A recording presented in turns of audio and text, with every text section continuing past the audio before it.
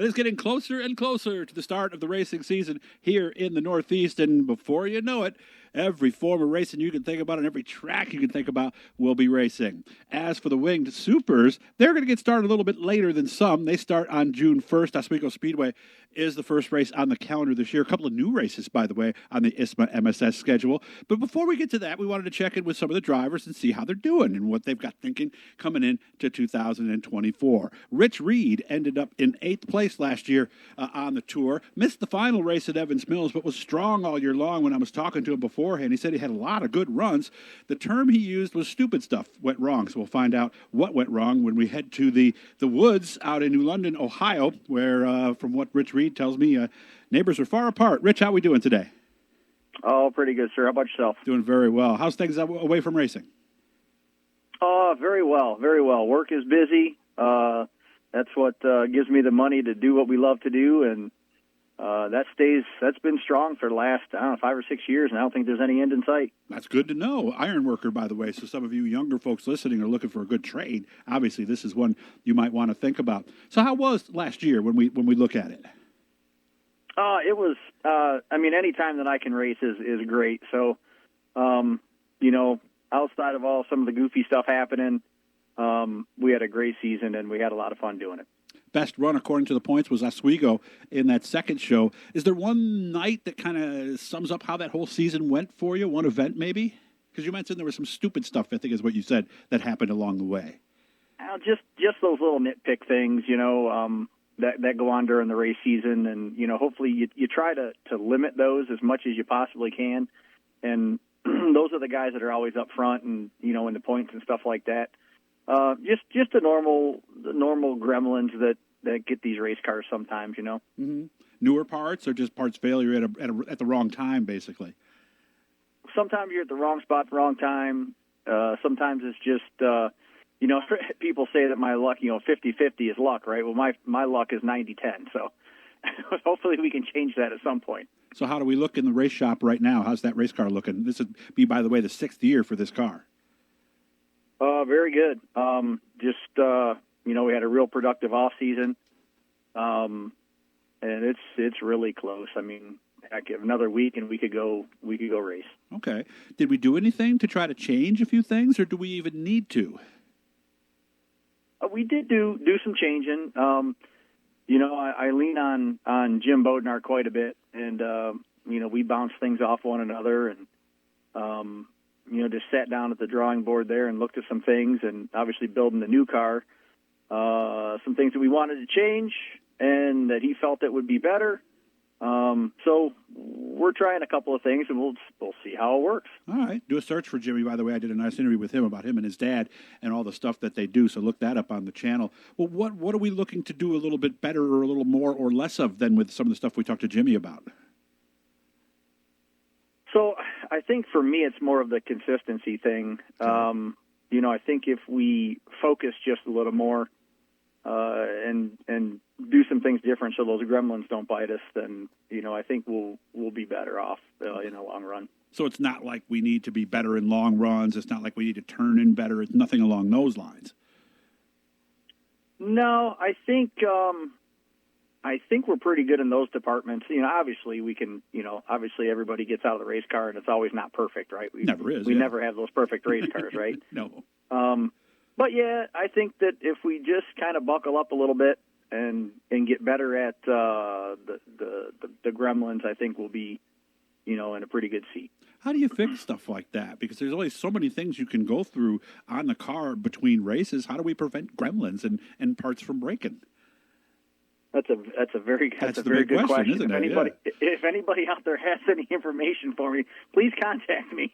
That's right. I'll get you his number. Get a hold of me. I'll get you in touch with Rich, and then we'll decide at that point if we're going to share that information, right, Rich? Because we don't want everybody to do that all the time.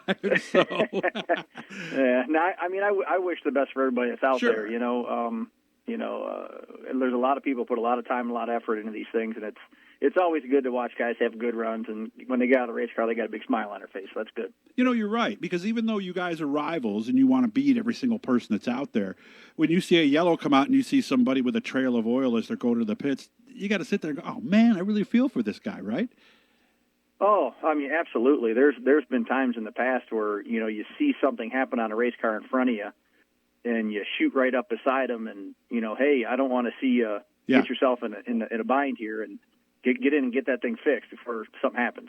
So yeah, it is a rivalry, but at the same token, we always try to help everybody else out, and that is the best part about our sport. It really is, and I think sometimes the higher up you go from a lower division to something like what you're doing with Wing Supers, I think that respect and that feeling intensifies, doesn't it? Oh, without question, without question. A lot of the guys that we race with, I consider them friends. So it's great to have that. We go out and drink some beers after the race and do a little bench racing, and that's part of it too.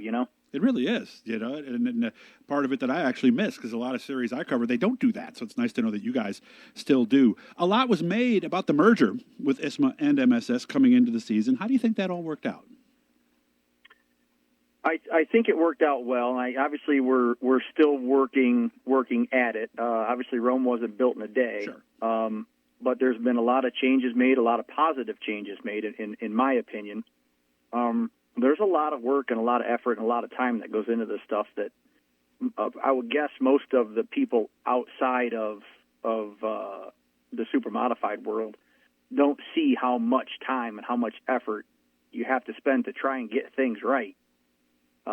So I think we're headed in the right direction for the betterment of super modifieds and the betterment of super modified racing in the group and the organization. Still some work to be done, but I think we're doing quite well. A couple of new dates on the schedule this year. Let's start with the first one. Claremont in New Hampshire is on the 15th of August. Have you been there?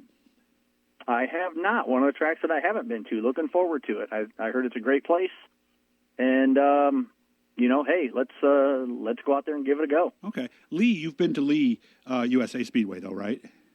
Yeah, that's a great place there, man. What a racetrack, huh? Yeah, I kind of figured that was kind of one that you had been to. Tell me about Lee, because I've watched some video, but I don't really know much about it. Well, it's kind of like these roads that I drive on out here. There is zero grip at Lee.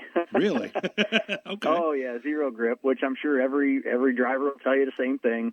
Yeah, it's one of those racetracks where you have to, set your car up to be, crazy tight, because your times fall off a ton during the race, and tires go away, and he who does that best usually prevails. So are you in tire save mode basically the entire time?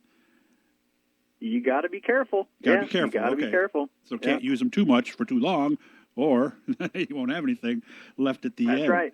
The other one there are actually two more that are new, but the first one they actually added a second date at Evans Mills, a 40-lapper on the night before. I like those back-to-backers. Do you? Yes, and I think they're way better for our organization, where we can get folks to the racetrack. So it helps with the travel expenses of getting 2 paydays and stuff like that, because as we know, living in this world that we're in now, it is not cheap to travel anywhere. No, it isn't. So it just makes it better for the teams if you're going to go to the same place and have 2 races, 2 paydays. And I think it's better for the racetrack as well, to be truthful with you. I agree. You get an opportunity to get more cars there. You get an opportunity to get more fans there. Maybe fans can't make it on a Friday, but they can come on a Saturday, or vice versa. Exactly. So, you want to limit yourself a little bit to the circus coming to town. You can't come there too often, but you want to make sure that you reach the fan base, right? And for the hardcores that do want to go both nights, great. We got 2 shows for Come on with it. Less than a minute, Rich, so I'll have to get your answer quickly on this one. Caraway at the end of the year, I've heard a lot about the North-South Shootout. Thoughts on that? I think that's a fantastic deal. I'm trying to reach out to some of these NASCAR guys like the Little Joys and the Earnhardts, his podcast and stuff like that, to see if we can generate any bigger looks down there. You know what I mean? Because we haven't been there in a while, but when we do go down there, usually the fans come out in droves. I appreciate your time, Rich. Good timing on that. I told him he might have to cut it a little short at the end. Guys, make sure to go to ismasupers.com for more information on the series. Of course, subscribe to the channel, turn on your notifications, hit a like, or leave a comment. If there's somebody I haven't gotten to yet, just let me know, and I'll make sure I get to them. Rich, again, thank you so much for your time. I really appreciate it. Appreciate everything you do. Thank you.